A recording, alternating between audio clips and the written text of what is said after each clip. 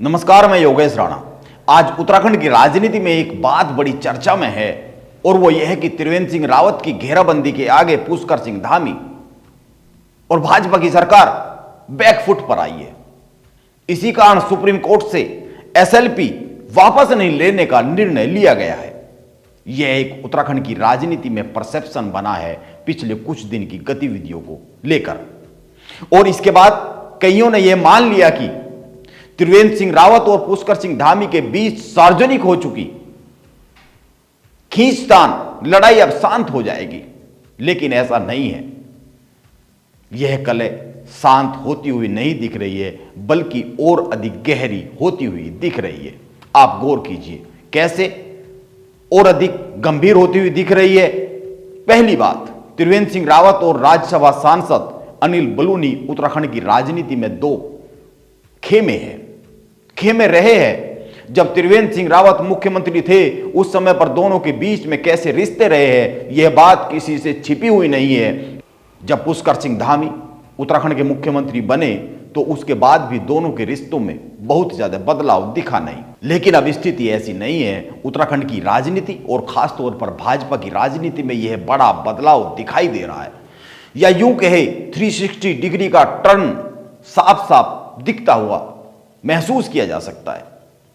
त्रिवेंद्र सिंह रावत ने दिल्ली से देहरादून पहुंचकर राज्यसभा सांसद अनिल बलूनी की तारीफों के पुल बांध दिए। दिल्ली के छावला गैंगरेप मामले में दिल्ली के उपराज्यपाल ने पुनर्विचार याचिका दाखिल करने की मंजूरी दे दी है, और त्रिवेंद्र सिंह रावत ने इस पुनर्विचार याचिका के लिए पूरा श्रेय राज्यसभा सांसद अनिल बलूनी को दे दिया है। उन्होंने कहा कि पुनर्विचार याचिका मंजूर होने के पीछे उत्तराखंड के राज्यसभा सांसद अनिल बलूनी का विशेष योगदान है। इसके लिए वो अनिल बलूनी को धन्यवाद करना चाहते हैं। यह त्रिवेंद्र सिंह रावत ने कहा है मीडिया के सामने, कैमरे के सामने। ध्यान में रखा जाना चाहिए कि पीड़ित परिवार से अनिल बलूनी मिले, त्रिवेंद्र सिंह रावत मिले और बाद में पुष्कर सिंह धामी भी मिले, और इसी के बाद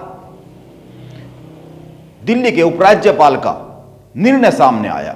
और पुष्कर सिंह धामी के समर्थक यह जता रहे कि मुख्यमंत्री के प्रयासों से एक काम हुआ है, लेकिन त्रिवेंद्र सिंह रावत पीड़ित परिवार को न्याय दिलाने के लिए मुख्यमंत्री के प्रयासों पर कुछ भी बोलने से साफ साफ कैमरे के सामने बसते हुए दिख रहे हैं।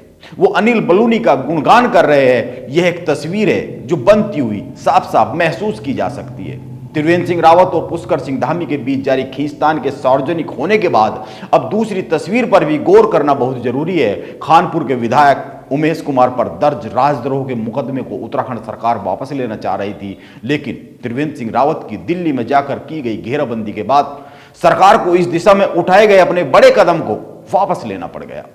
इसका असर यह हुआ कि त्रिवेंद्र सिंह रावत और पुष्कर सिंह धामी के बीच के खींचतान के रिश्ते तो सार्वजनिक हो ही गए, लेकिन उमेश कुमार भी अब एकदम से पुष्कर सिंह धामी और उत्तराखंड की सरकार पर हमलावर हो गए।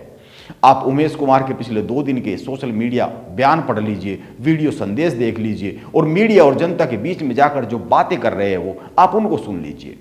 वो साफ साफ कह रहे हैं कि मुख्यमंत्री को राजनीतिक मजबूरियों के कारण भ्रष्टाचारियों के साथ खड़ा होना पड़ रहा है। उत्तराखंड में हमेशा से भ्रष्ट नेताओं की पनाहगार सरकार ही बनती है, उमेश कुमार यह कह रहे हैं। वो एक बात और कह रहे हैं, वो कह रहे हैं प्रदेश ब्लैकमेलरों नहीं भ्रष्टाचारियों की जकड़ में है, और ये सारे अपनी जड़ें उखड़ते देख एक हो गए हैं। वो त्रिवेंद्र सिंह रावत पर जो भ्रष्टाचार के मामले में सीबीआई जांच के हाईकोर्ट के आदेश के खिलाफ एसएलपी के पक्ष में पुष्कर सिंह धामी, त्रिवेंद्र सिंह रावत और हरीश रावत एक ही लाइन में खड़े होते हुए दिख रहे हैं। एक ही लाइन में खड़े होते हुए इसलिए दिख रहे हैं क्योंकि त्रिवेंद्र सिंह रावत के तो खिलाफ यह मामला ही है, तो जाहिर है वो तो विरोध करेंगे ही एसएलपी वापस लेने का।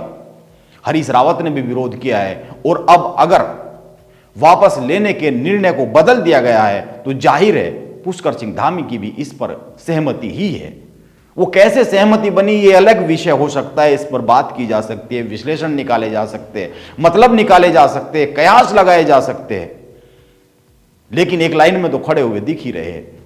लेकिन अब त्रिवेंद्र सिंह रावत अनिल बलूनी की जमकर तारीफ कर रहे हैं, बल्कि उत्तराखंड प्रदेश अध्यक्ष महेंद्र भट्ट से लेकर कैबिनेट मंत्री और अन्य भाजपा के कई सारे वरिष्ठ लोगों ने कहा है, एक सुर में कहा है कि भाजपा अपने पूर्व मुख्यमंत्री का साथ हर हाल में देगी। और उमेश कुमार पुष्कर सिंह धामी और उसकी सरकार के खिलाफ मोर्चा खोलते हुए साफ साफ दिख रहे हैं। यानी उत्तराखंड में भाजपा की राजनीति में और उत्तराखंड की राजनीति में यह बदलते हुए समीकरण है। अब यह तो पता नहीं यह बदलते हुए राजनीतिक समीकरण और इनका कोई परिणाम भी आ पाएगा या नहीं आ पाएगा, लेकिन यह तो तय है कि उत्तराखंड भाजपा में एक खेमा पुष्कर सिंह धामी की घेराबंदी में अब भी लगा हुआ है, कोशिश कर रहा है और वो लगा ही रहने वाला है। अभी के हालात को देखकर तो ऐसा ही कहा जा सकता है। इसीलिए आने वाले समय में उत्तराखंड भाजपा की राजनीति में क्या होगा, इस पर नजर रखने की जरूरत है। नमस्कार, आप बने रहे मेरे साथ।